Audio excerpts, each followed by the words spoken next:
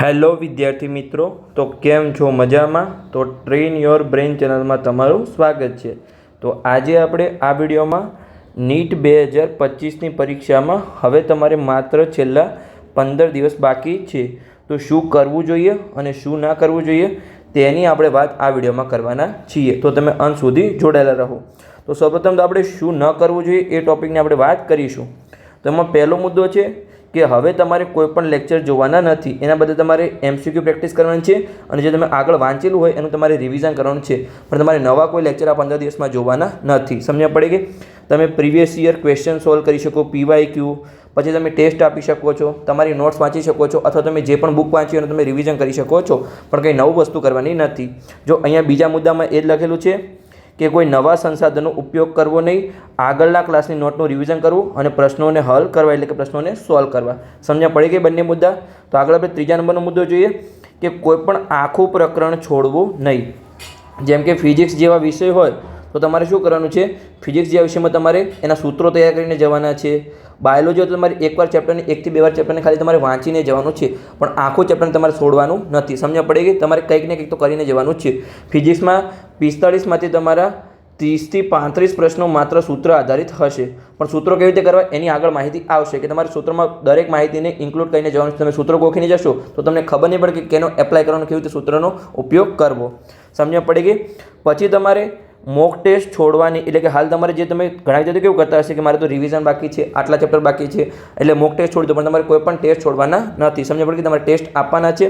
અને નીચે મુદ્દો છે કે છેલ્લા 3 દિવસમાં તમારે કોઈ પણ મોક ટેસ્ટ આપવો નહીં। હવે ઘણા વિદ્યાર્થીઓના મનમાં કન્ફ્યુઝન છે કે ઉપર લખ્યું છે મોક ટેસ્ટ છોડવાની અને નીચે લખ્યું છે છેલ્લા 3 દિવસમાં મોક ટેસ્ટ આપવાની, એટલે કે હવે તમારા પાસે 15 દિવસ છે, એમાંથી તમારે 12 દિવસ તો રોજ એક મોક ટેસ્ટ આપવો જરૂરી છે। સમજ પડી ગઈ? મિનિમમ તમારે 5 તો આપવાના જ છે, પણ જે છેલ્લા 3 દિવસ છે એટલે કે તમારે 4 તારીખે પરીક્ષા છે તો 1લી, 2જી અને 3જી તારીખે તમારે કોઈ પણ મોક ટેસ્ટ આપવાનો નથી। તમારે જે તમે એટલે કે તમારે મે મહિનામાં એક પણ મોક ટેસ્ટ આપવાનો નથી, એની પહેલાં તમારે દરેક મોક ટેસ્ટ આપવાના છે। રોજ તમે એક મોક ટેસ્ટ આપો 2 થી 5માં તો સૌથી સારું કહેવાય, કેમ કે તમારી પ્રેક્ટિસ થઈ જશે અને તમને સારા માર્ક્સ આવશે। પછી આગળ આપણે જોઈએ 5મા નંબરનો મુદ્દો, તો કે અત્યારે કોઈ વધારે લોકો જોડે તમારે વાત કરવી નહીં। જે તમને મિત્રો હોય તમારા, જે તમને નીટની પરીક્ષામાં ઉપયોગી હોય એવા મિત્રો જોડે જ વાત કરવી, બીજા જે તમને ગપ્પા મારો અથવા તમે મસ્તી કરો એવા કોઈ મિત્રો જોડે તમારે વાત કરવાની જરૂર નથી। પછી તમારે મોબાઈલ અને સોશિયલ મીડિયાથી દૂરી બનાવી લેવાની છે। આ ખાલી માત્ર 15 દિવસની વાત છે, પછી તમારે 4-5 મહિનાનું મોટું વેકેશન હશે તમારે જલસા જ કરવાના છે, પણ હાલ તમારે 15 દિવસ ફોકસથી વાંચી લેવાનું છે। સમજ પડી ગઈ? પછી આગળ આપણે જોઈએ 6ઠા નંબરનો મુદ્દો, તો કે તમારે બહારનું ફાસ્ટ ફૂડ ખાવું નહીં।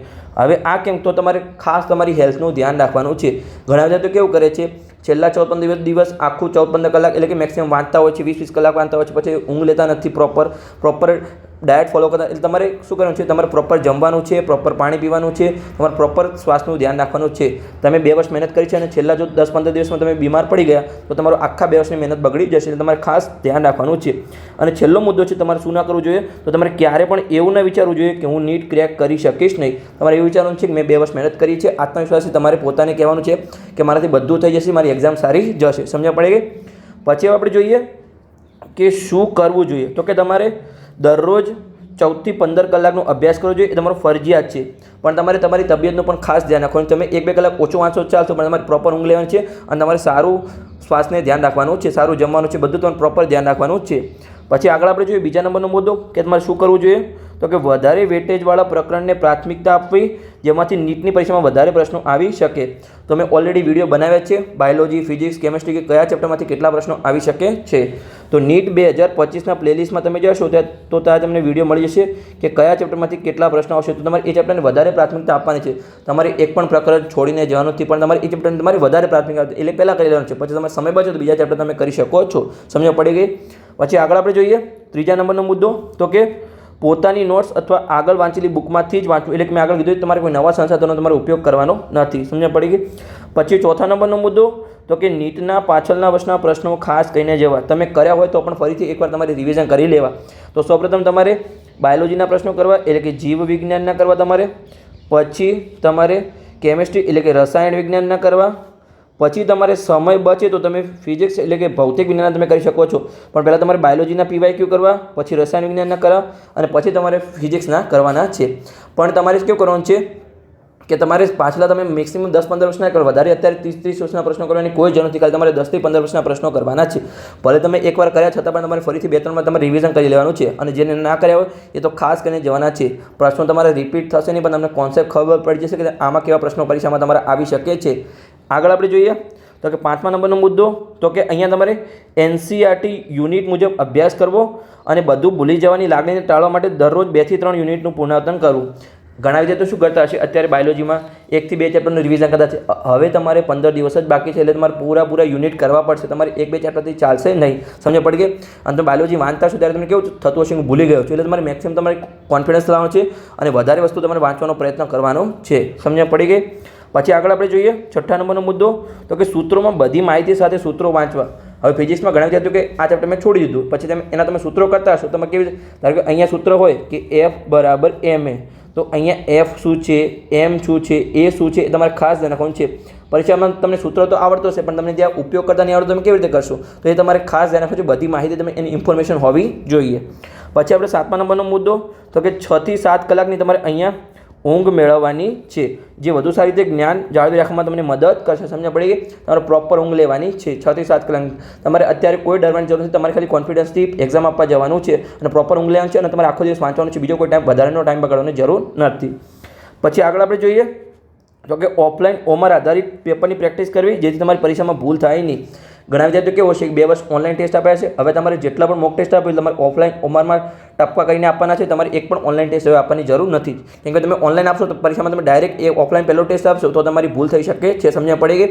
તો તમારે અત્યારે ઓફલાઈન OMRમાં ટેસ્ટ આપવાના છે. પછી આગળ આપણે જોઈએ 9મા નંબરનો મુદ્દો, તો કે તમારે મોક ટેસ્ટનું એનાલિસિસ કરવાનું છે. એ કેવી રીતે કરવું? ધારો કે તમે અહીંયા 3 કલાકનો કોઈ ટેસ્ટ આપ્યો હોય તો તમારે 3 થી 4 કલાક મોક ટેસ્ટનું એનાલિસિસ કરવાનું છે. એટલે કે મારે કયા પ્રશ્નમાં કેવી રીતે ભૂલ પડી છે, કયો ટોપિક મને નહોતો આવડતો. જે તમને આવડે છે તો તમે ઊંઘમાં જગાડીને પૂછે તો પણ તમને આવડશે, પણ જે તમને નથી આવડતું એનું તમારે એનાલિસિસ કરવાનું છે. સમજ પડી ગઈ? ભલે થોડું રિવિઝન રહી જાય, નહીં થાય તો ચાલશે, કેમ કે તમારે જે નથી આવડતું એ જ અહીંયા કરવાનું છે. મોકનું એનાલિસિસ શું છે?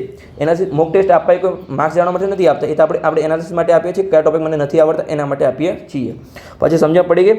પછી છેલ્લો મુદ્દો 10મો, કે તમારે આત્મવિશ્વાસ રાખવાનો છે કે મેં સંપૂર્ણ 2-3 વર્ષ જેટલી પણ તમે મહેનત કરી એટલે સારી મહેનત કરી છે.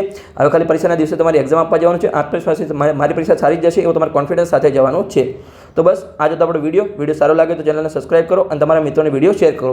આગળ આપણે એવા વિડીયો લાવીશું કે ફિઝિક્સમાં તમારે માર્ક્સ વધતા નથી કેવી રીતે વધારવા, પછી તમારે નેગેટિવમાં માર્ક ઓછા કેવી રીતે કરવા, પછી મોક ટેસ્ટમાં તમારે માર્ક નથી વધતા તો કેવી રીતે તમારે વધારે, એના સંપૂર્ણ આપણે વિડીયો લાવીશું.